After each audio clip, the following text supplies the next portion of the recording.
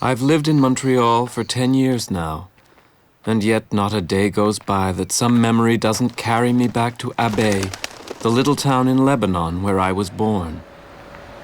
Montreal always finds a way of disguising itself as a corner of my village, almost as if it knows how much I miss Abey.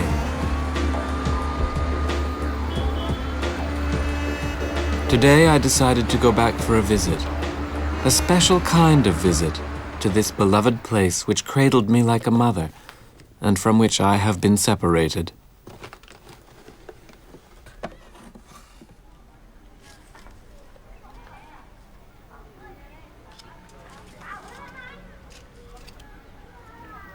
These pictures are all I have left. Their destiny is a bit like mine. I wouldn't have left them behind for anything in the world.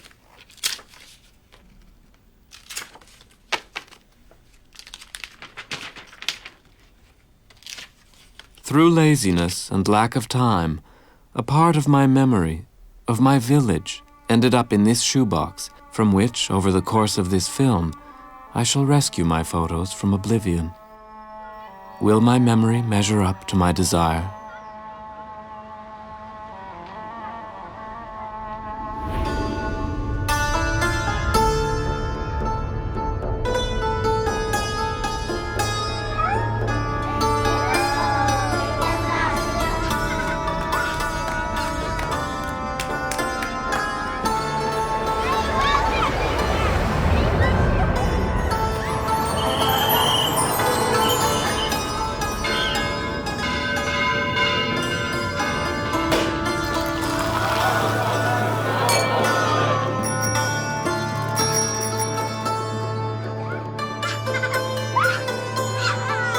All of our pictures are here, of Lebanon as I knew it and loved it, as I would have liked it to stay.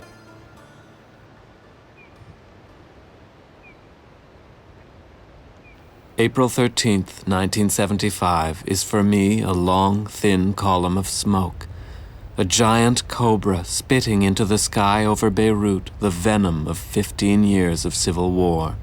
It was Sunday. It was spring. I was 16.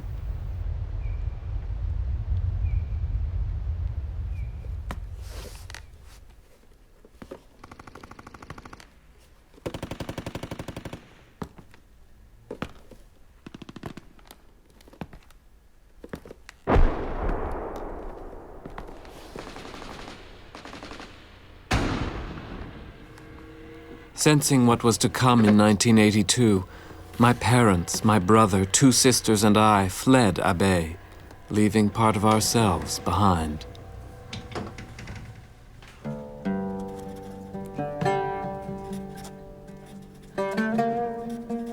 In June 1988, we left Lebanon, one late afternoon, by boat not far from Beirut. The airport was closed, or unsafe, or in another galaxy. Who knows? It was an airport to nowhere.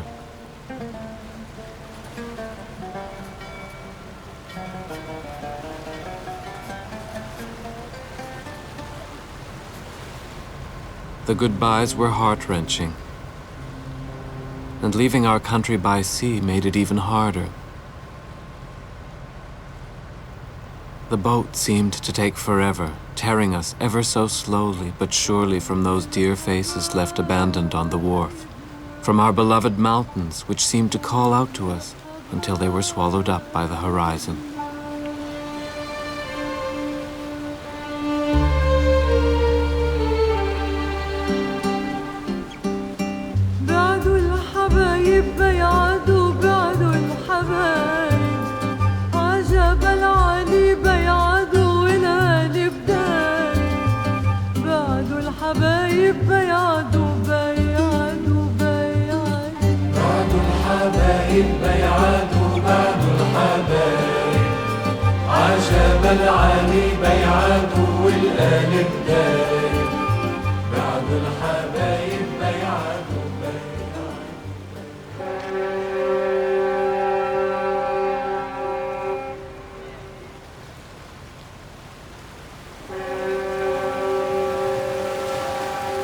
We often think people emigrate to seek their fortunes.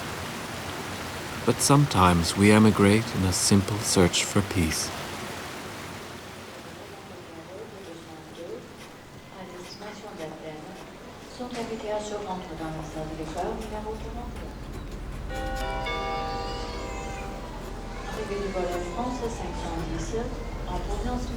Years later, I was told that that night, my father secretly scattered flower petals on the sea so that God would protect his family.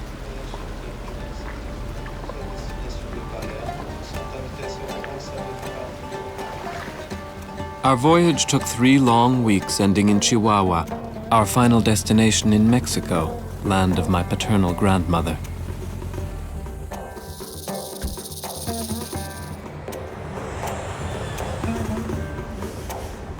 It's funny, I can almost picture some bearded necromancer telling me that it was our destiny to traverse water, air, and earth to escape fire.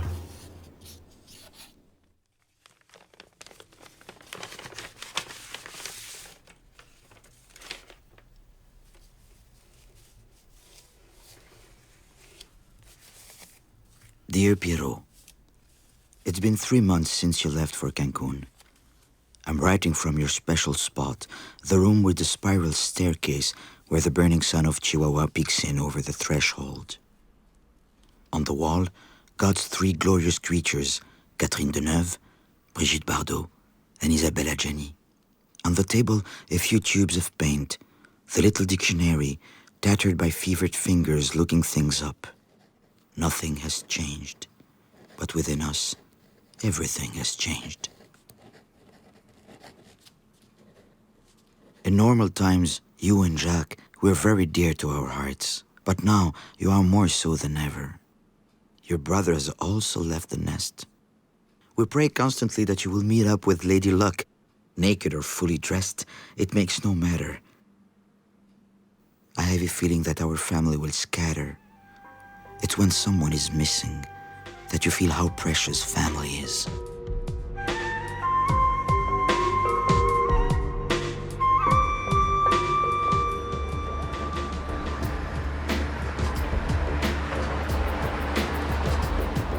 My deliberate westernization has claimed its first victim.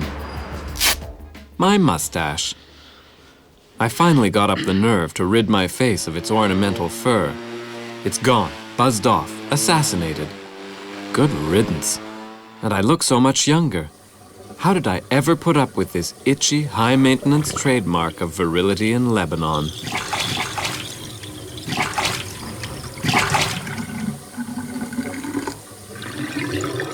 And as for wearing jeans, I never dreamt I would ever dress so casually.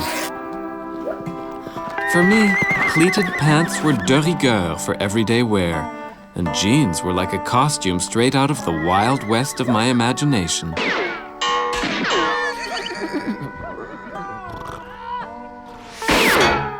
The winter stove that sat in state in the middle of the living room here became a central heating system.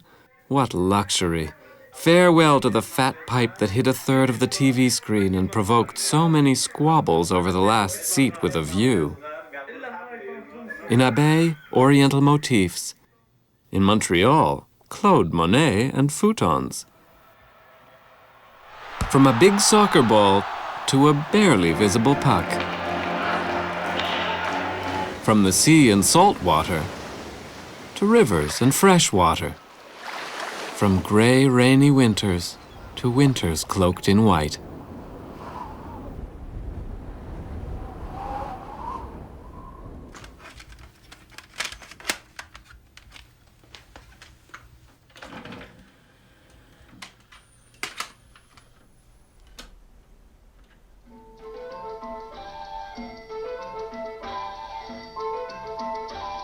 To me, the voice of Fayrouz represents half of Lebanon. Of my Lebanon. I know I'm exaggerating, but what do you expect? I'm a Mediterranean. I can't describe how much this woman's voice touches me, or gets to me, as we say here.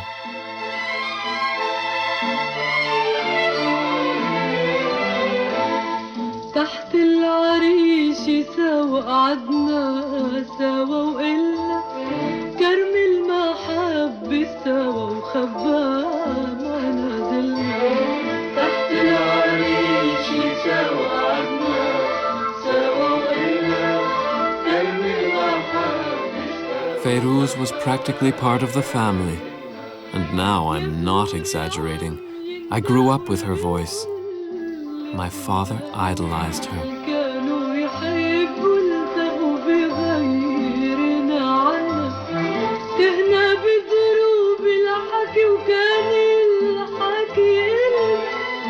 He didn't bother consulting my mother before proudly installing Fayrouz's poster in the living room. كجوزيف وحياة الله شو بتلاقي لي فيها؟ شو بلاقي فيها؟ لك ايه دخلك؟ والله شو بدي اقول لك؟ عندها ما عندك ايه؟ He caused a further sensation by writing her a poem which earned him a meeting with her. My mother couldn't get over it. Neither could my father.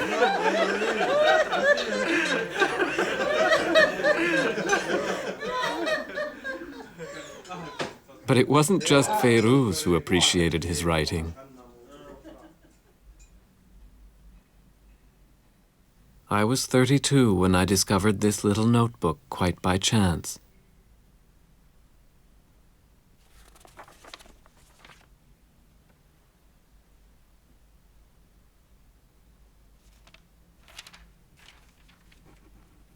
I read the diary through at one sitting, often laughing, sometimes in tears. And the fact that my father was aging rapidly made my discovery even more moving. My little Pierrot, you're turning out to be a very My little lively Pierrot, child. you're turning out to be a very lively child. You grabbed Grandma by the hair and bit her cheek. That was naughty, little Pierrot.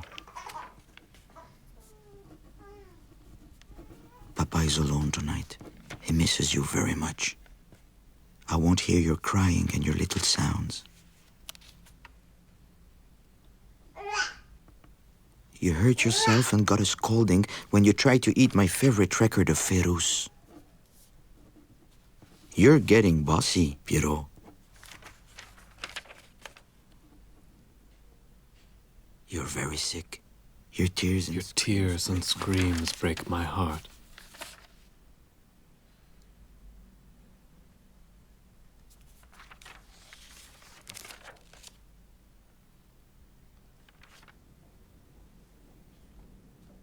Today, Papa was sad because Pierrot is a difficult child. Mama often scolds him. So Papa cried, thinking that later Pierrot would suffer because of his bad character, that he would become impossible to live with and have no friends. Really? I wasn't expecting that. You are becoming really impossible. Your behavior is intolerable.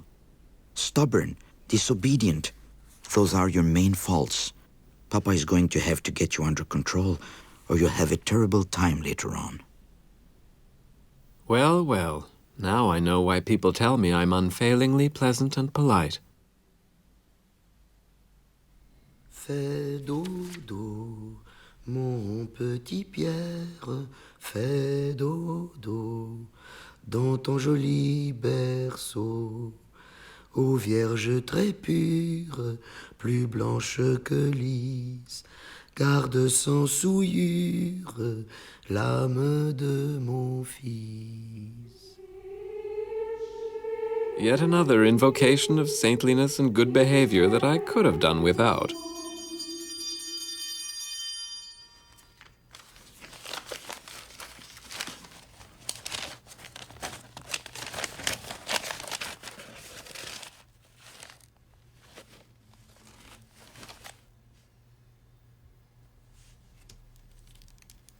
This is his old driver's license.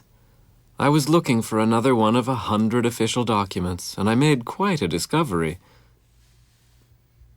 No wonder my mother was so annoyed.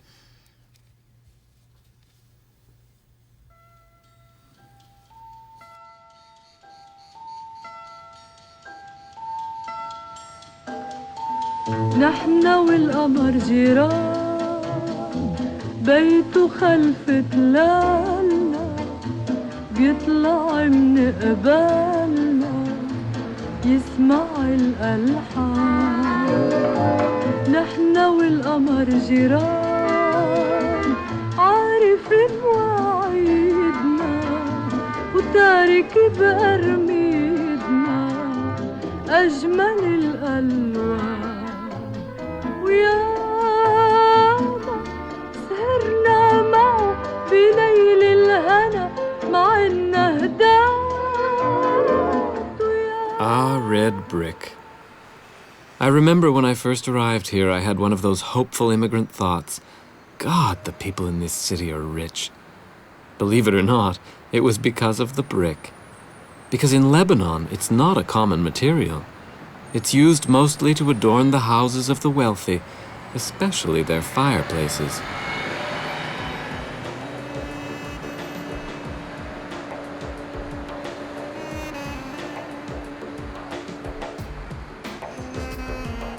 How far away are those dressed stones in the midst of which I was born, and whose distant cousins I sometimes come across.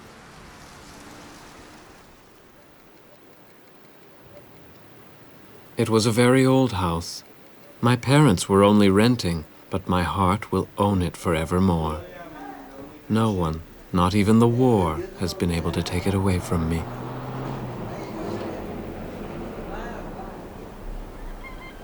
My mother said that at first we had no running water and the toilet was in the backyard. Fortunately, I was too little to worry about that sort of thing.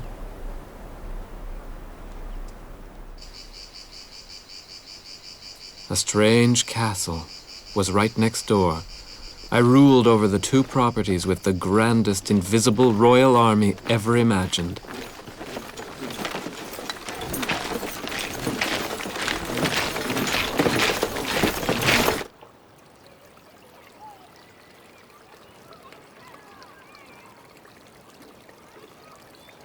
Nearby trickled Ain Lejdidi, or the New Spring.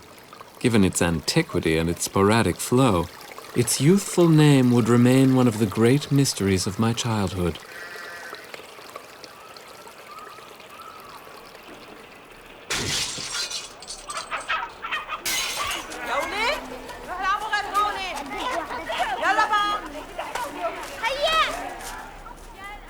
When our gang played there, the whole neighborhood was under serious threat.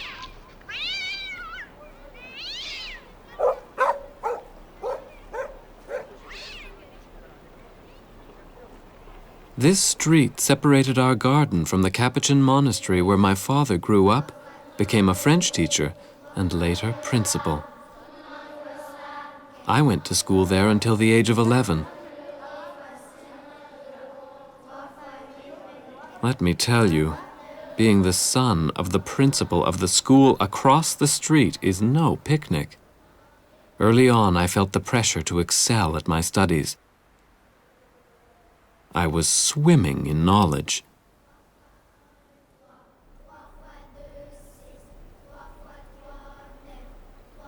واحد اثنين ثلاثة أربعة خمسة ستة سبعة. I often think of this house, and I cherish the idea that it too, when it looks out to the distant sea, remembers me, the child whose imagination and dreams peopled its hidden corners.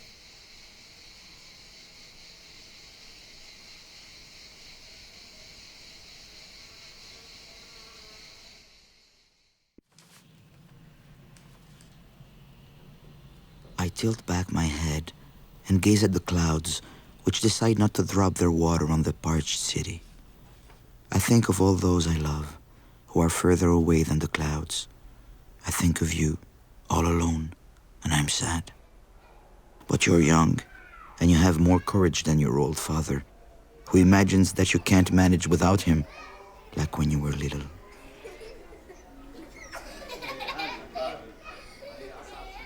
There are so many things that worry me about you.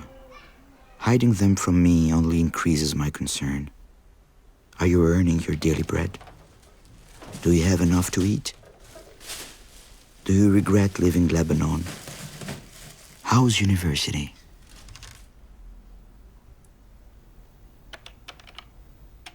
Your mother can't help but picture you there, without a penny to your name, too broke to even phone.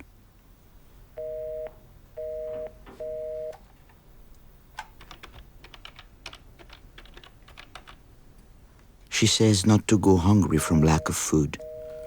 She is afraid you'll get thin and fall ill. In short, her mother's heart is imagining anything that could possibly go wrong.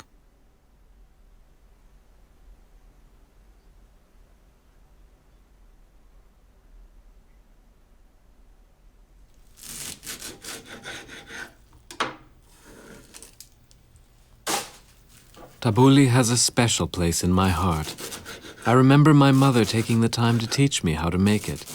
I like poutine, club sandwiches, and quiche, but for me, nothing compares to a nice, fresh tabbouleh.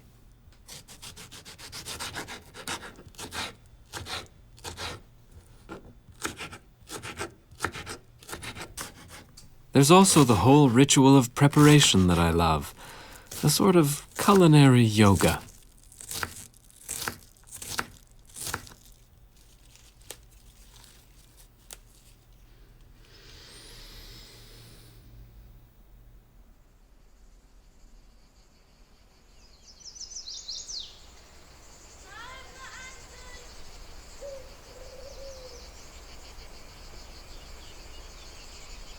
كيرو نزل على جنينة ماما جيب لي عرقان نعنع. الله معلش جدع. عجل امي تقبرني يلا. يلا امي بدي اعملكم صحن تبول هلا بيجي بيك عجل. But the usual workhorse of the family was my brother, Jacques. My mother often summoned him while pretending to be calling out to all of us. حدا منكم يروح على العين عبي مي. جاك خد الشمسية معك امي.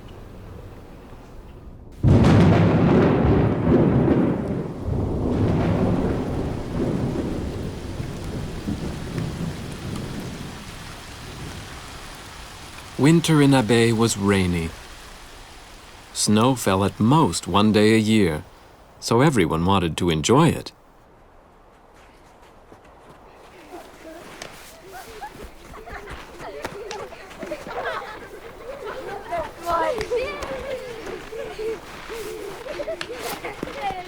In fact, I loved snow so much that I painted a picture that would have earned me a whipping on the public square in Montreal.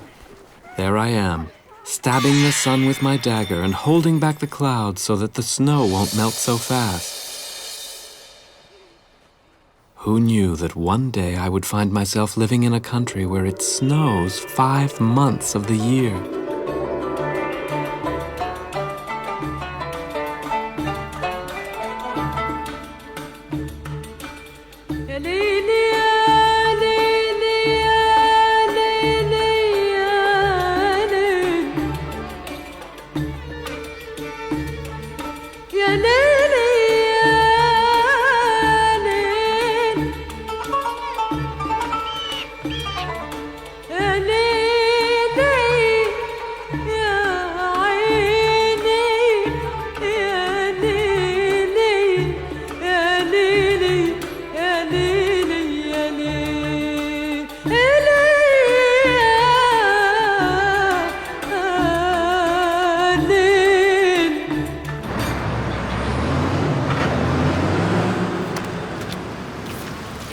However, after 10 years in Quebec, I'm as fed up with snow as most Montrealers. Abundance is the worst enemy of desire. The fantasy in my painting would now be a real nightmare.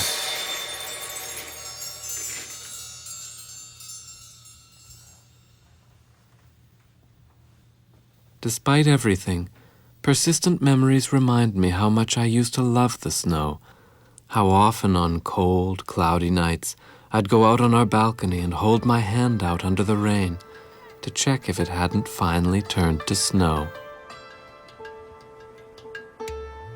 يارو فوت لجوا امي هلا بتسخن. يلا فوت عم قلك خلصني. يا عمي هالصبي كل شي بيحكيه ولا بيفهم. بضحك. Dear Pierrot, I hope you're well and the snow in Canada hasn't turned you into an icicle. Be careful of frost. Don't stick your long nose out in case it turns into a perch for robins.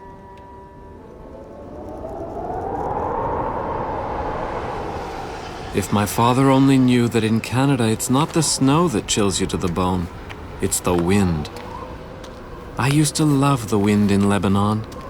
Here I hate it.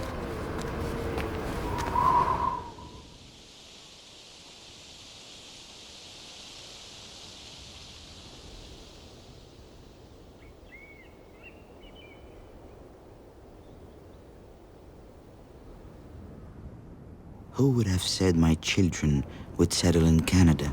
Maybe not in a cabin as Lynn Renault sang, but in a small house, sheltered from the blizzards and snows.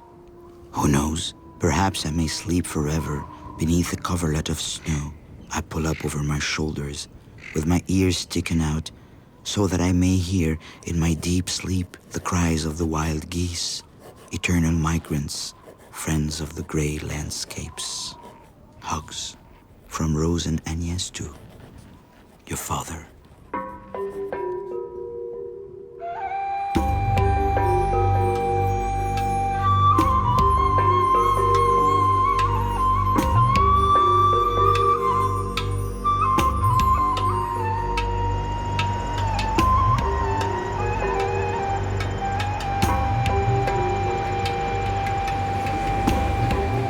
By 1995, our whole family had ended up in Canada.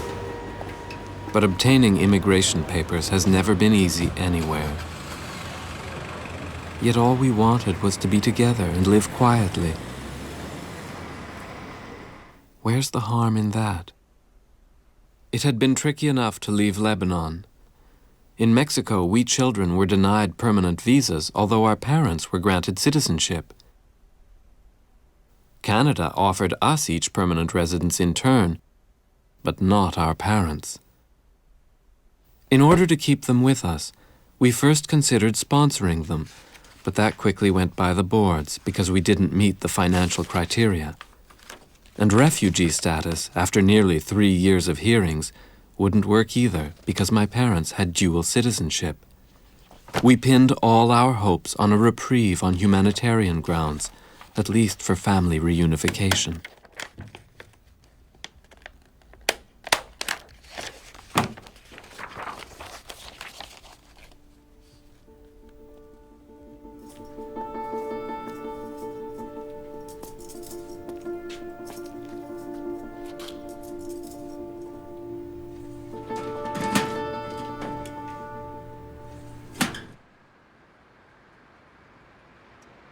Would our immigration problems ever be over?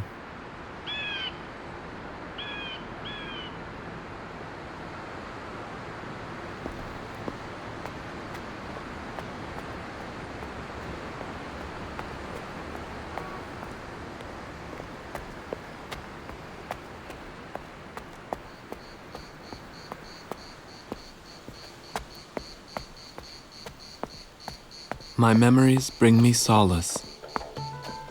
At times, they can be disturbing as well, when I feel transported through time and space under the gaze of this western city which I love so much and which has welcomed me with open arms.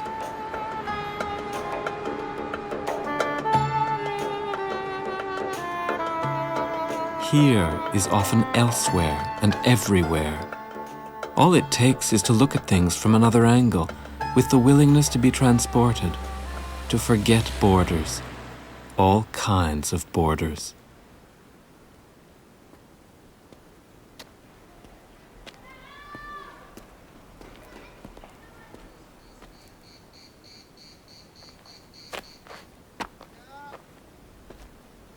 مرحبا يا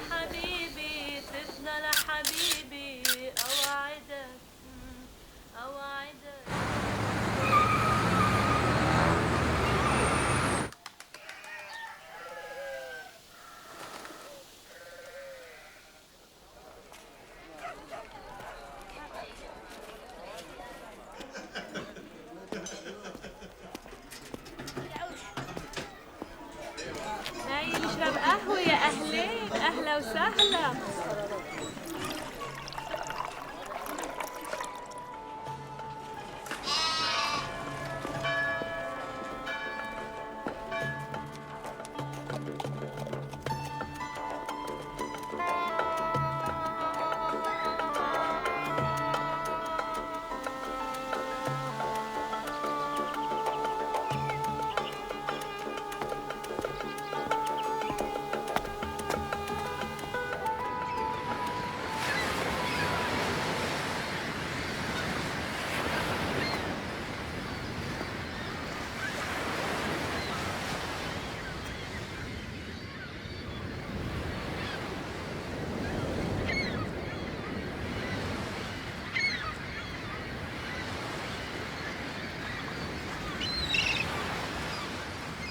Sometimes Montreal enjoys frightening me, especially when one of its streets suddenly empties.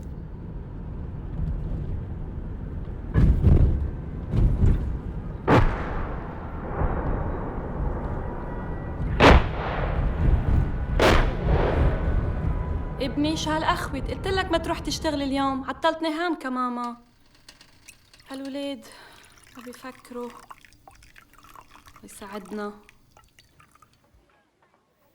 My mother had a great gift, reading Turkish coffee cups, and the house was always full. ليكي عندك دجاجة رزقة. بعد إشارتين عندك خبر كتير حلو. In Mexico, her fortune-telling was a great success. I could have made a killing. Picture a tent, my mother in a turban at $10 a cup. Jackpot. بده يتعمد خبر هيك حلو. لك والله حصان بهالفنجان. حصان راكب عليه حية. لك قلب كتير حلو.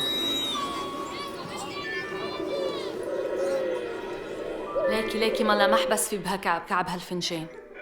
ليكي تطلعي. In Montreal, her only customers were my two sisters, who loved to hear her predictions, unlike when they were little. The funny thing is, they were never satisfied because as they complained, she used to tell them the same thing over and over again. لك حلو عني، شو بدي يصيرلكم من امبارح لليوم كأمي؟ من امبارح عشية كمان. تحكوا هالبنات، شو أنا مبصرة، بعرف بدكم بصير بتصدقوا أنتم. I never asked for a reading from my mother, but since I've been living here, every day I listen to the weather forecast.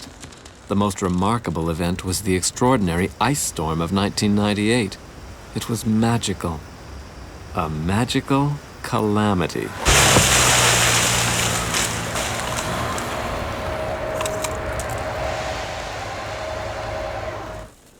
En raison du froid, une opération sans précédent a été déclenchée pour éviter des pertes de vie.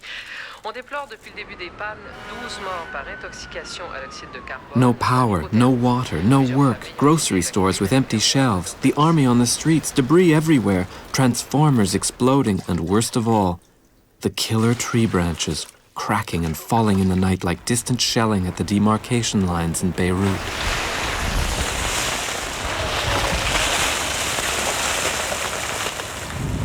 I'm still shaking.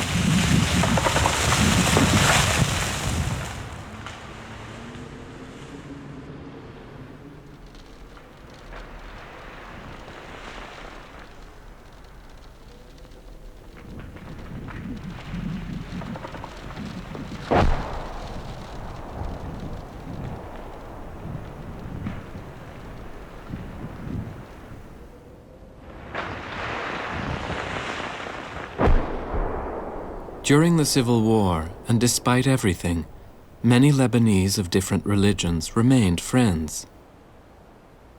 Our Druze neighbors and ourselves were living proof. Every summer, they came up from Beirut and rented half of our house, which my father had gone into debt to build.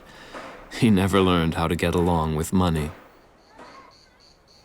In the very first season, we became such good friends that my gracious father didn't want to collect any more rent. Fortunately for our bank balance, there was another gracious person involved, our neighbor himself. We were treated to the sight of a tenant chasing down his landlord to pay the rent he was refusing to accept.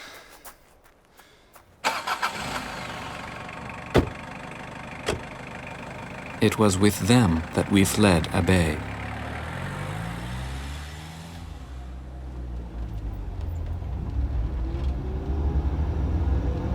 We went together to provide mutual protection against the roadblocks thrown up by the two rival factions.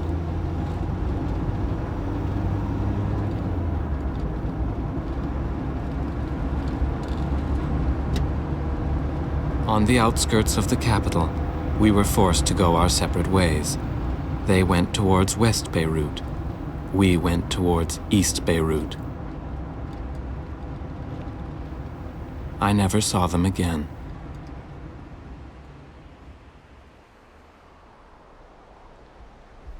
The war burdened my father with fear and anxiety. He feared above all for the lives of his 4 children. Any time we left, even briefly, he was eaten away from within. In 13 years, I saw this brilliant man dwindle like a melting candle. Yet before the war, he was bursting with life and loved to play the clown.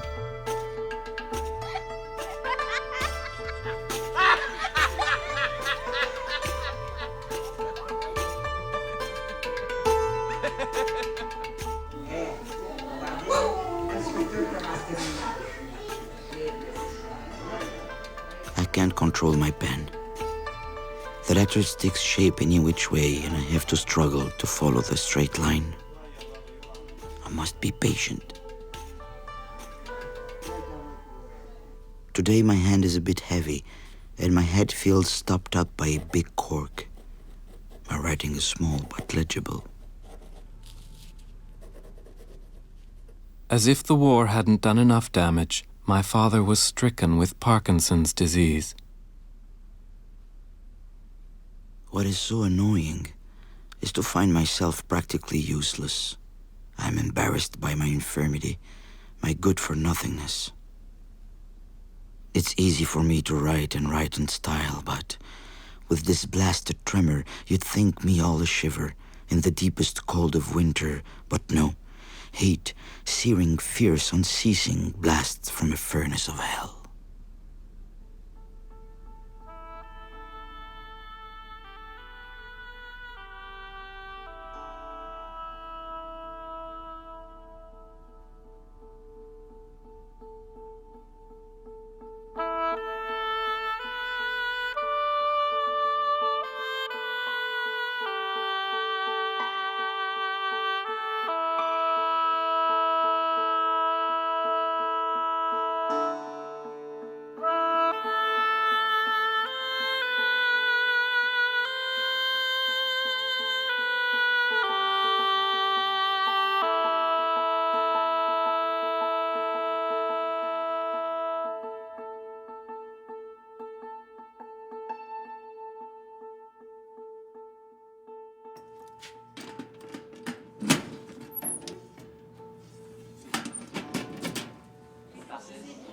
هيدي بدها خط من المختار وهيدي كمان بدك تاخدها على The response to my parents' request was a long time coming.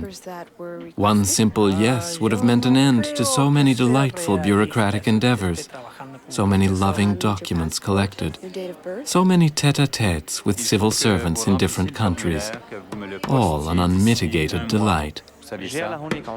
I can't process this without all the Il faut revenir avec le formulaire 28 et refaire la file. Donne un numéro. Attendez, ça me prend une équivalent. Let's see if you're filled in.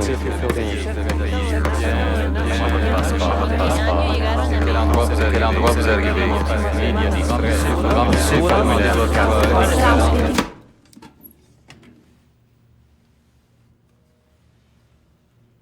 A ministerial reprieve may be granted when sufficient humanitarian grounds exist. A careful study of the circumstances of your case has shown no justification for such a reprieve. Therefore, we are unable to consider your request for permanent residence in Canada. We are transferring your file to our section of hearings and repatriation for processing. We regret being unable to give you a favorable answer.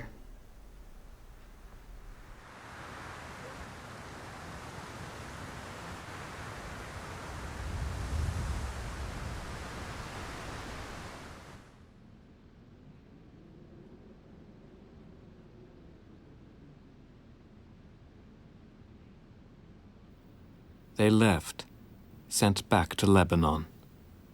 We kept the door of their room closed for 2 days. When I got up the nerve to go in, I found a sad ghost.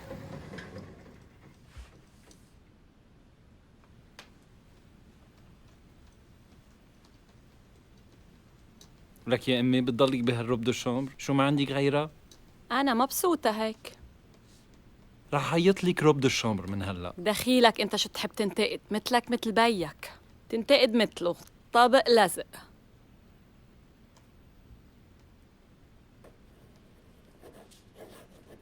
The night before they left, my father entrusted to me his most precious possession, his poems. I was amazed and touched. He was leaving me his French poems that I had seen him write, read, revise, and reread ever since I could remember.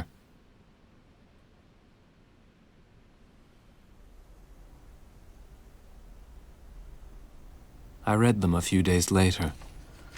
I touched them for the first time.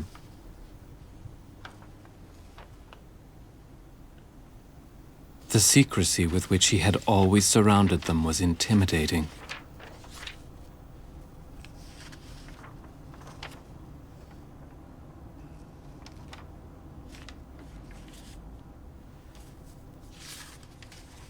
One day we will leave this world where we have lived, where we have sown so many seeds of beauty and of love.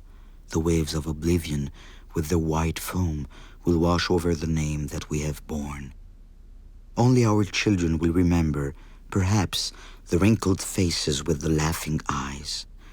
Pushing open a window, they will still be able to see the places that our love improved. What does it matter? What does oblivion matter? For we shall not have lived our lives in vain, and at least our hearts will have run the risk of beating for love in divine rapture. يلا اضحكوا 1 2 3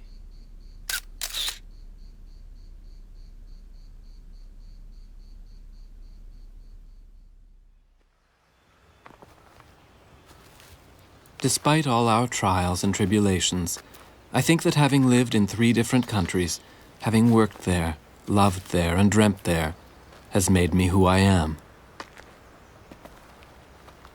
Henceforth, my country is myself. My identity is my family, my friends, my personality, and the choices I make. I feel I'm from nowhere, even though I know that in the eyes of others I will always be pigeonholed.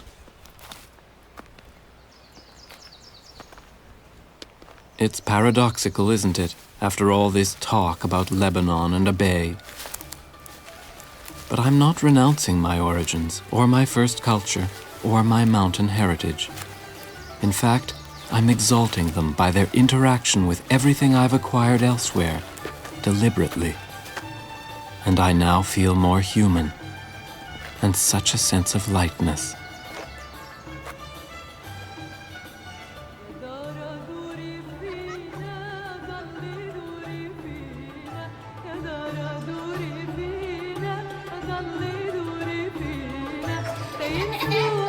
سمير